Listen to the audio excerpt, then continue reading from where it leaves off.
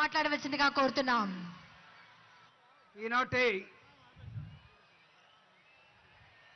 Doctor Babasaheb Ambedkar గారి 125వ జయంతిని పురస్కరించుకొని ఏర్పాటు చేస్తున్నటువంటి ఈ ఉత్సవం బయట పోలీసు వారికి విజ్ఞప్తి, బయట ఆపేశారు అందరినీ.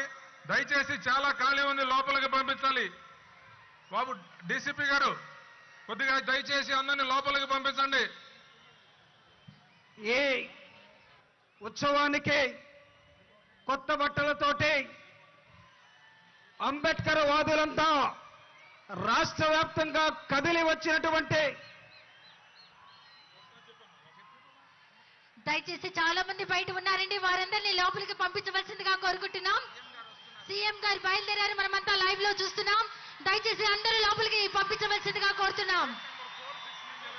అలాగే గేట్ నెంబర్ 4, 6 నుంచి అందరినీ పంపించవలసిందిగా కోరుతున్నాం.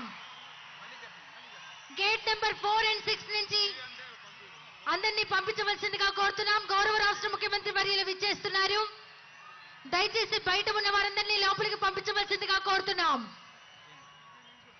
ఏసీపీ గారికి, డీసీపీ గారికి, సిపి గారికి విజ్ఞప్తి. ఈ యొక్క స్టేడియంకు ఉన్నటువంటి గేట్ నెంబర్ 3, గేట్ నెంబర్ 4 బయట చాలా మంది వెయిట్ చేస్తా ఉన్నారు. సీఎం గారు గౌరవ ముఖ్యమంత్రి వర్యులు ఇంకొక 5 నిమిషాల్లో ఇక్కడికి రాబోతున్నారు. ఆ 3 గేట్లు బయట ఉన్నటువంటి మన ప్రతినిధులు ఎవరైతే ఉన్నారో వాళ్ళందరినీ కూడా సిపి గారు లోపలికి అనుమతించాల్సిందిగా విజ్ఞప్తి చేస్తున్నాం. డీసీపీ గారికి, ఏసీపీ గారికి, సిపి గారికి, ముగ్గురికి కూడా విజ్ఞప్తి.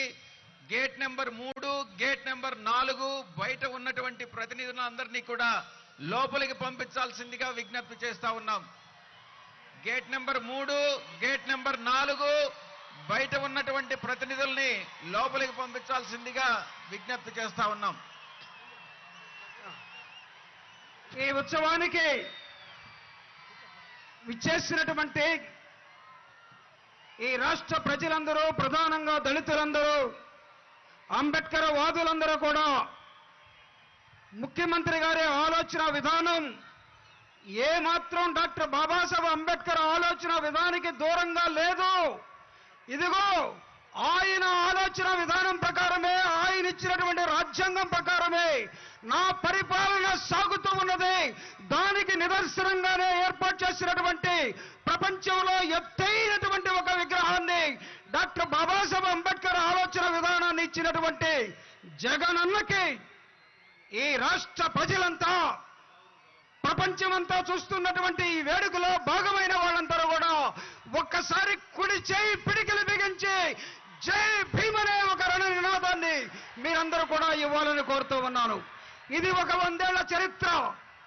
ఈ 100 ఏళ్ల చరిత్రని తిరిగి మళ్ళా ఒక 1000 ఏళ్ల చరిత్రగా మార్చడం కోసం జగన్మోహన్ రెడ్డి గారు ఇస్తున్నటువంటి స్ఫూర్తిగా దీన్ని మనం చూడాలని నేను కోరుకుంటూ ఉన్నాను.